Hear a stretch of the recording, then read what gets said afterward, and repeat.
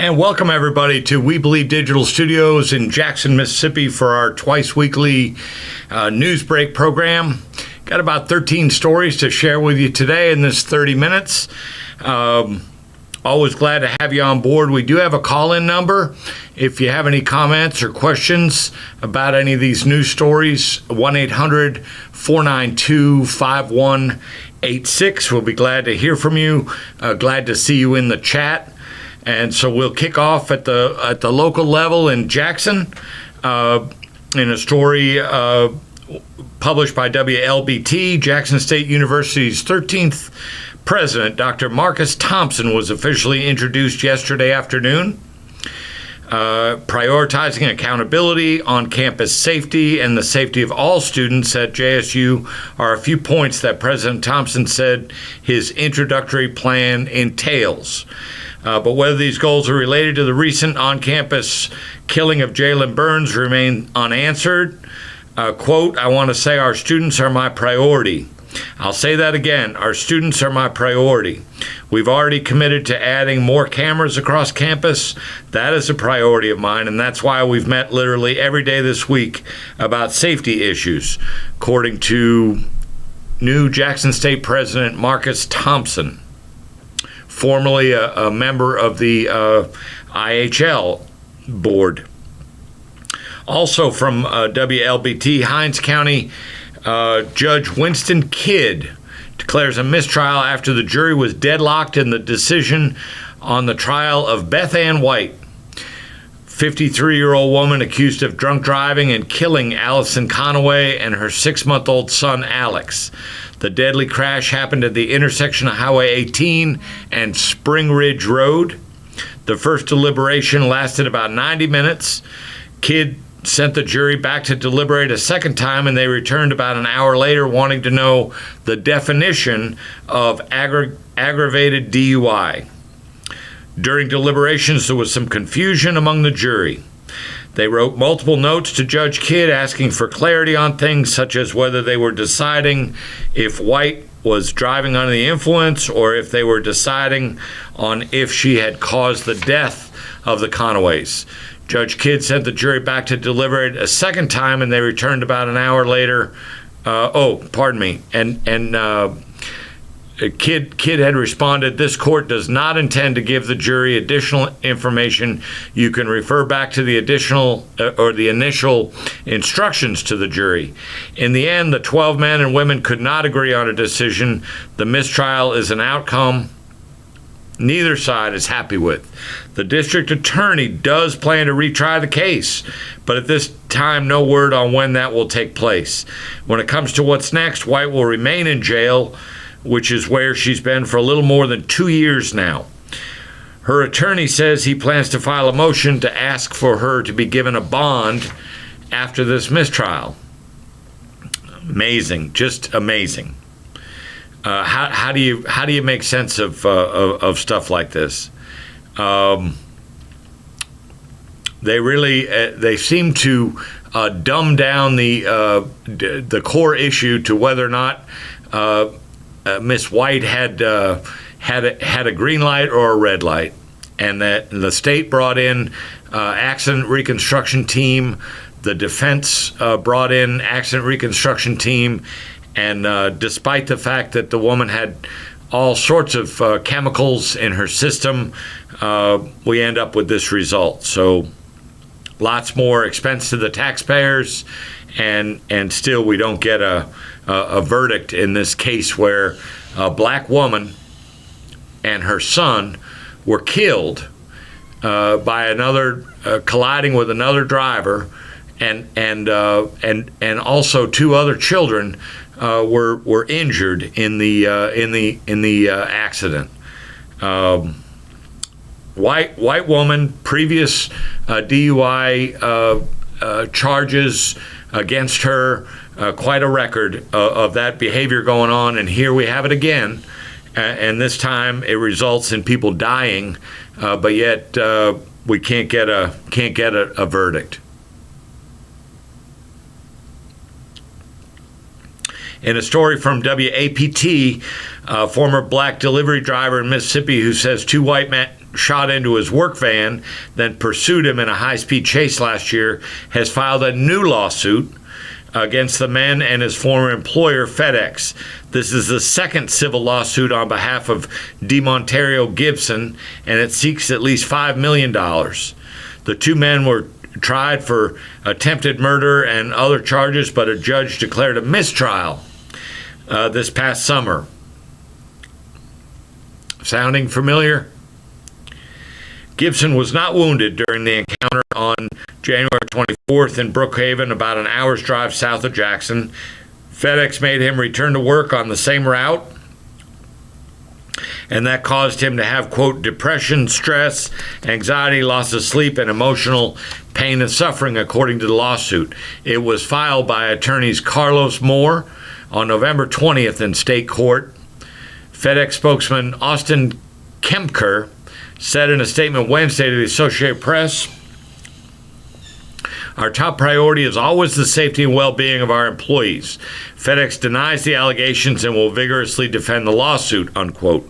In August, the federal judge dismissed a $5 million lawsuit Moore filed on behalf of Gibson against FedEx, the city of Brookhaven, the police chief, and the two men involved, Brandon Case and his father, Gregory Case.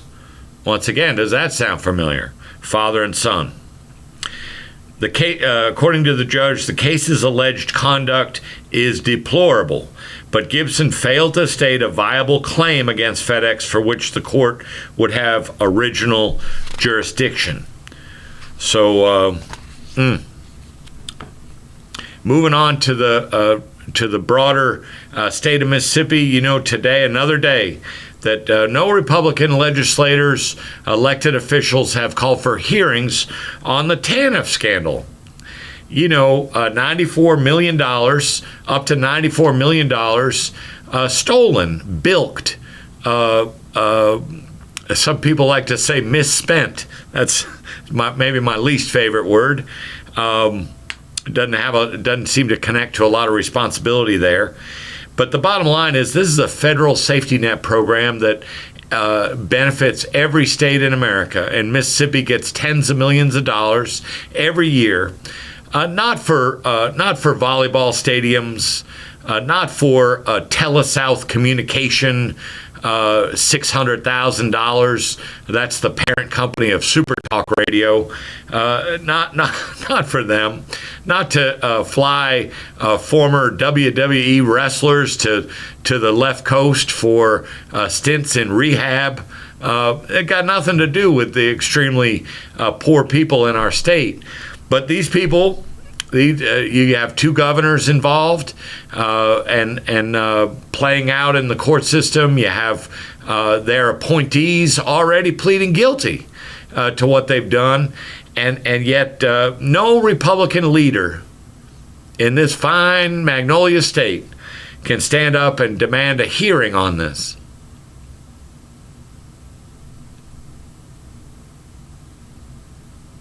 What do you do with that? It's just downright bizarre. But we're going to tell you about it every single time we come on the air for this Newsbreak program.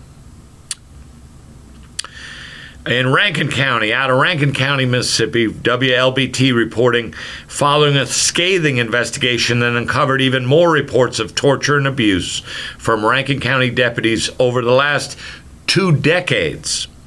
The sheriff of the department and the board of supervisors that oversees the agency's budget are instead choosing to remain silent about those reports.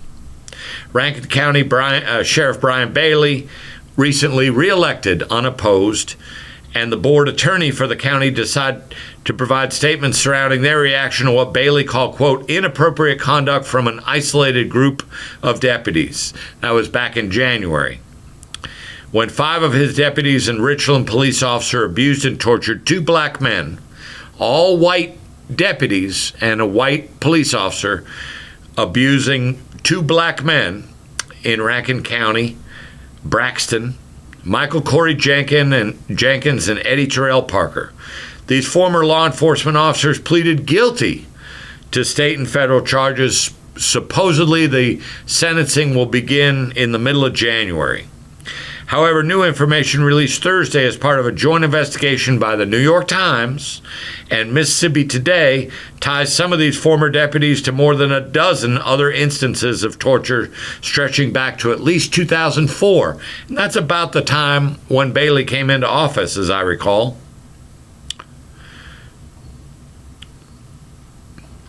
Decades of abuse, white on black abuse, torture,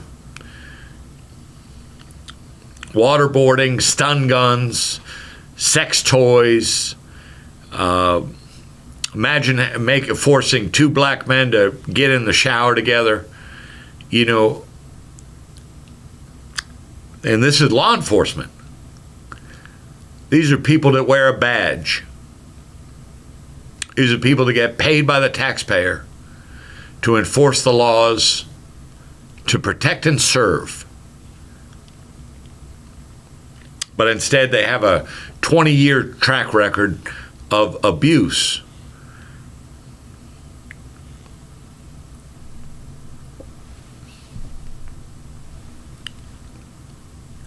Mississippi Today reports weeks after the state asked to set an execution date for Willie Jerome Manning, a Mississippi Supreme Court ruled Thursday The Mississippi Supreme Court ruled Thursday that it will not schedule one until it considers his petition for post-conviction relief. In an order authored by Justice Robert Chamberlain, all 9 justices agreed that pending motions to set aside an execution will be put on hold until the state replies to Manning's post-conviction petition and his attorneys file a response. Manning, 55, was convicted in 1994 of shooting deaths of Mississippi State University students Tiffany Miller and John Steckler in Starkville. He spent more than half his life in prison. He has maintained his innocence and is challenging his conviction by pointing out the unreliability of the state's evidence and testimony. Isn't it an interesting juxtaposition? It's just so ironic. Also from Mississippi Today, the superintendent of the newly renamed Mississippi Prison, Women's Prison, at the Central Mississippi Correctional Facility was removed from her position this week. Several advocates told Mississippi Today that Latoya Anderson was escorted off the grounds on Tuesday. Anderson was in charge of the Mississippi Correctional Institute for Women.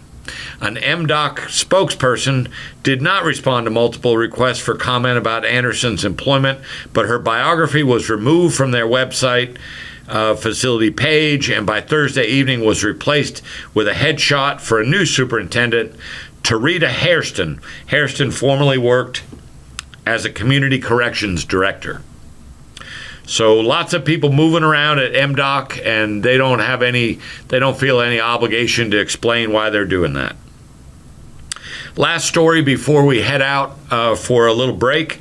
WLOX reports, that the 2023 hurricane season has wrapped up with above normal activity according to NOAA. There were 20 named storms, which actually ranked 4th highest since 1950, even though we had an El Nino pattern, which typically reduces the amount of Atlantic tropical activity. The record warm water temps may have been enough of a factor to boost a number of storms. So just kind of an overview, this year, ranked 4th most named storms in a year since 1950. Record warm water temperatures and strong El Nino. Florida's Hurricane Idalia was the only hurricane landfall in the U.S. on this hurricane season. And South Mississippi was spared for the second year in a row.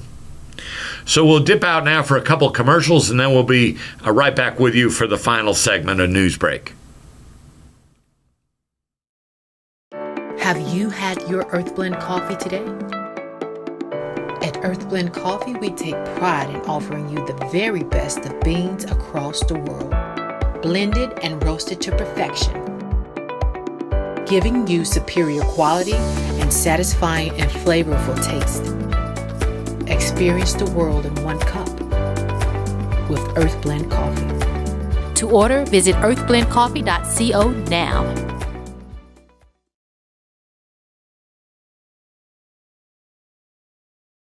Are you dreaming of becoming an entrepreneur, but you're not sure where or how to start? At Entrepreneurs Academy 101, our online program will guide you step by step on how to start and grow your own business. We offer courses such as how to write a business plan, how to create a budget, and so much more. Our online training program is designed for you to learn at your own pace, and there's no set order to complete this program. Because our academy is online, you have the choice to learn with a group, with friends, or individually. Upon completion of the entire curriculum, you will receive a certificate of achievement to acknowledge that you have completed the training needed to become a successful entrepreneur. So enroll today to design the life that you love. Contact your entrepreneur coach, Brenda Myers, at 601-672-0695 or visit our website at www.entrepreneursacademy101.com for more information.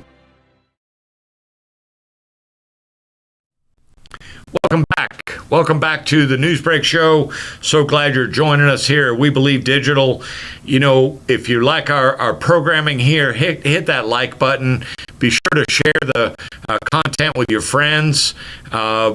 You know, if it's possible to provide a donation, it's surely would surely be welcome. But we're so glad to have you here in our community.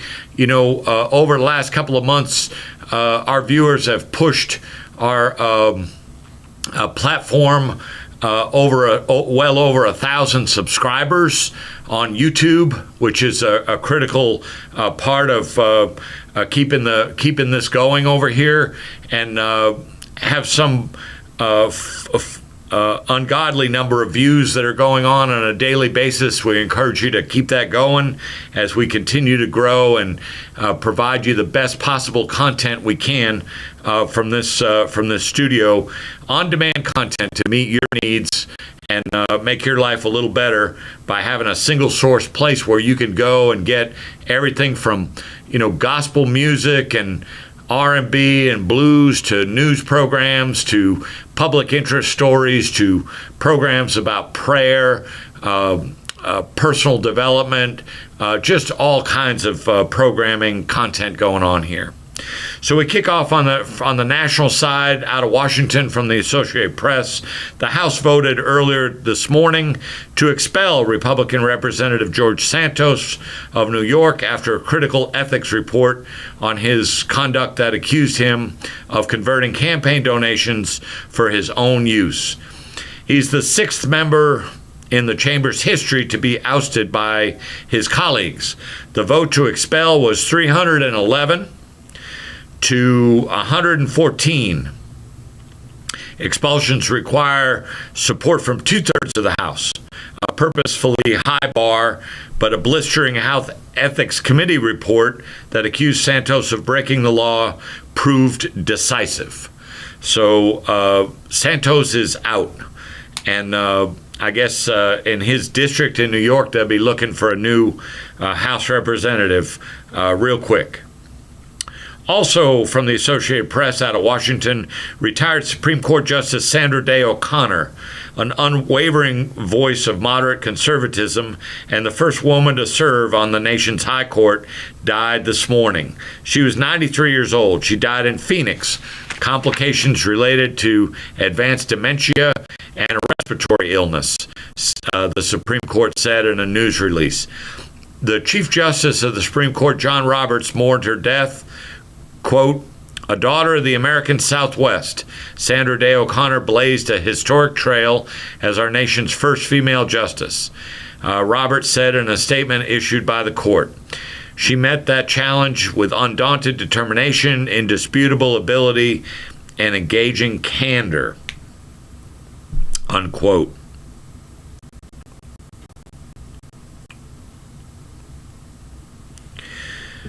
Again, from the Associated Press, Montana's first-in-the-nation law banning the video sharing app TikTok in the state was blocked yesterday, 1 month before it was set to take effect, by a federal judge who called the measure unconstitutional. The ruling delivered a temporary win for the social media company that had argued Montana's Republican-controlled legislature went completely overboard in trying to regulate the app. A final ruling will come at a later date after the legal challenges move through the courts. U.S. District Judge Donald Malloy said the ban, quote, oversteps state power and infringes on the constitutional right of users and businesses, unquote, while singling out the state for its fixation on purported Chinese influence.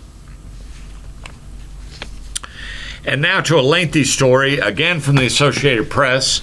Decided to switch it up a little bit. Normally borrow this from the NBC News, but here from the Associated Press, the war in the Middle East.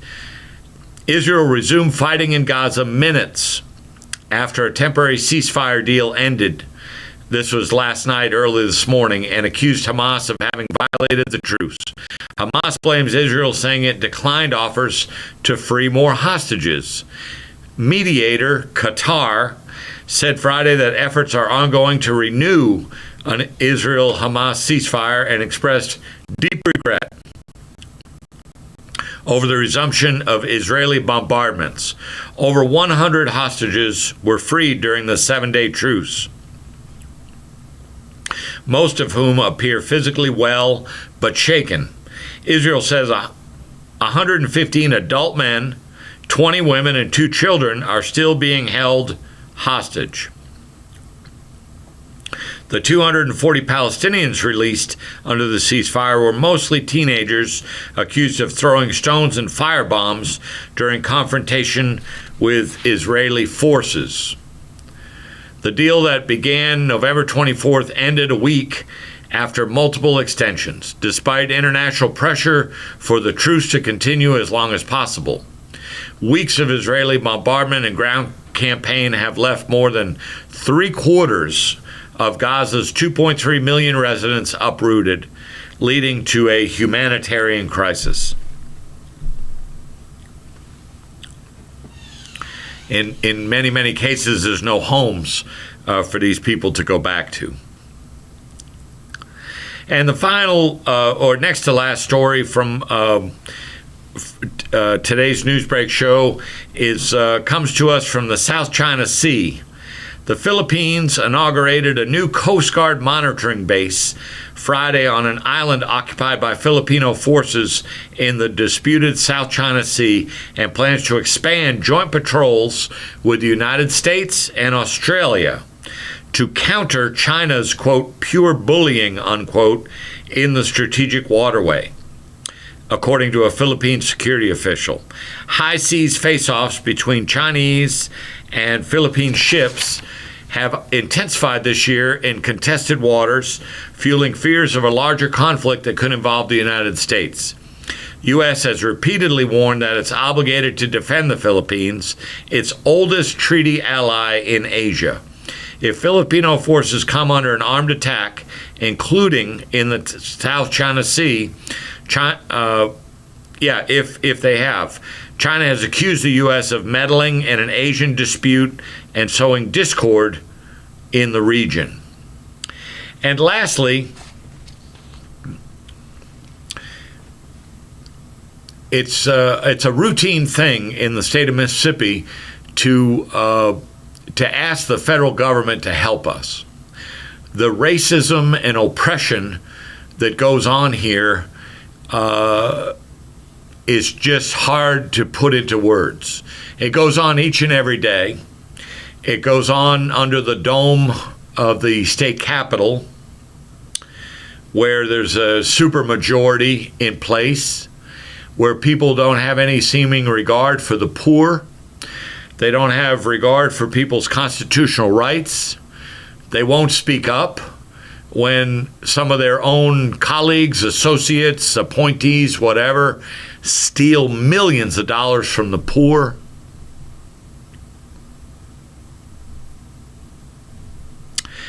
And the black farmer is becoming extinct in Mississippi, and they do nothing about that.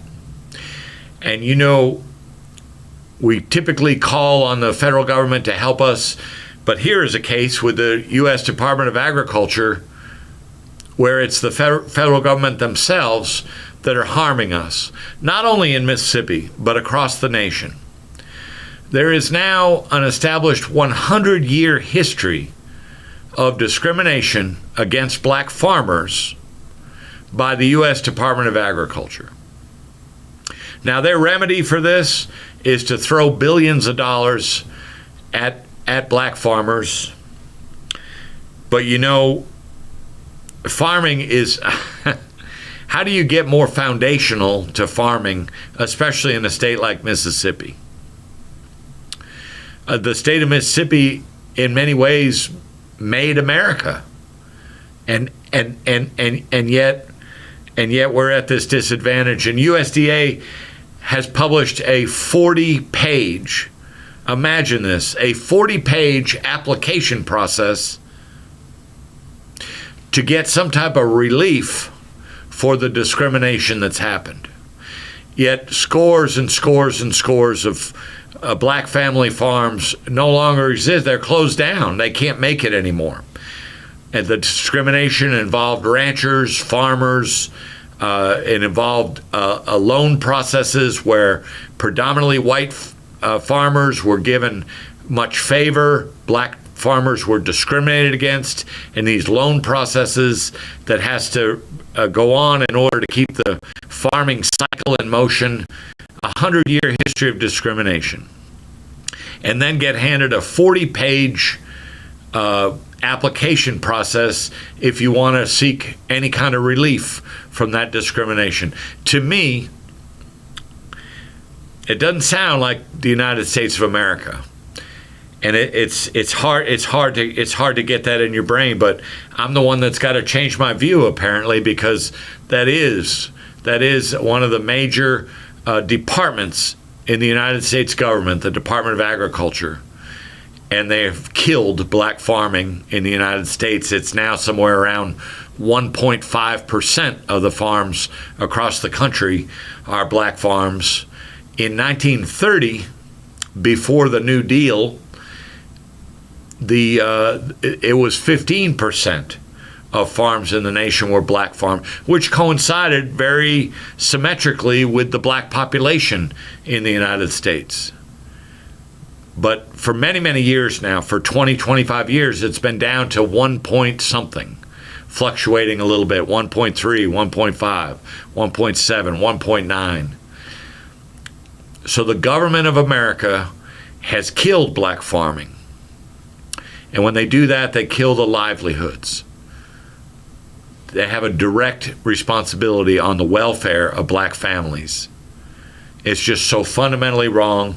We share that with you. The Mississippi Link newspaper will be taking this up in a multi-part story beginning next week. And we wanted to preview that for you here on We Believe Digital, a partner. And that's all we have for today. We wish you a good weekend. Be sure to take care of yourselves and each other, and we'll see you back on Newsbreak next Wednesday at 12 noon.